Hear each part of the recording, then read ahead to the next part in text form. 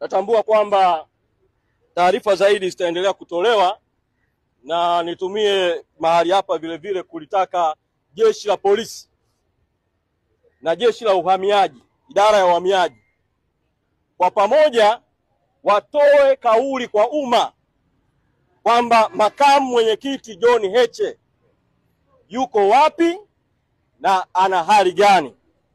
Makamu mwenyekiti alichukuliwa mchana kweupe, tena ni asubuhi kweupe kabisa hapa mbele ya mahakama, na alichukuliwa na polisi na alichukuliwa na gari la polisi.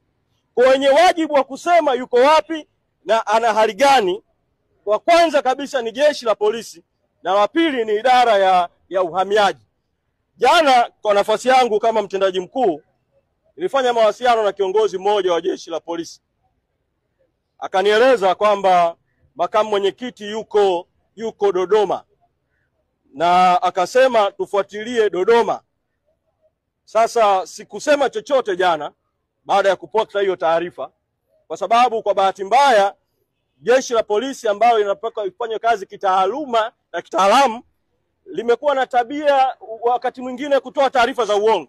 Sababu juzi walimpa mkurugenzi wetu wa sheria na haki za binadamu wakili Gaston Garubimbi, walimpa taarifa kwamba makamu mwenyekiti Heche wanampeleka Tarime, kwamba wamempeleka Tarime, lakini kumbe walitoa taarifa za uongo. Kwa nilipopokea taarifa ile jana, tuliamua kwanza tuifanyie kazi kwa kina, wakati tukilitaka bado jeshi la polisi litoe taarifa, na jana usiku tukapata hakika kwamba yuko Dodoma, na akaweza kufikiwa na mmoja wa wanafamilia, na leo tukafanya tena ufuatiliaji kuhakikisha kwamba anapata haki zake zote inavyostahili.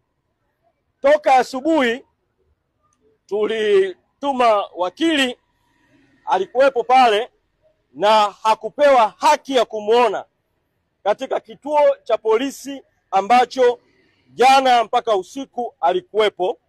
Mpaka inafika saa 8 mchana wakili alikuwa hajapewa nafasi ya kumuona. Baadaye tukiwa tunaendelea na shauri hili tulikuwa tunaendelea sasa, nimepata taarifa kwamba idara ya uhamiaji, na nasema haya kwa sababu mamlaka zinazotakiwa zitoe taarifa mpaka sasa hazijatoa taarifa, kwamba idara ya uhamiaji afisa wao amefika pale kituo cha polisi kwa kile kinachoitwa kufanya mahojiano na makamu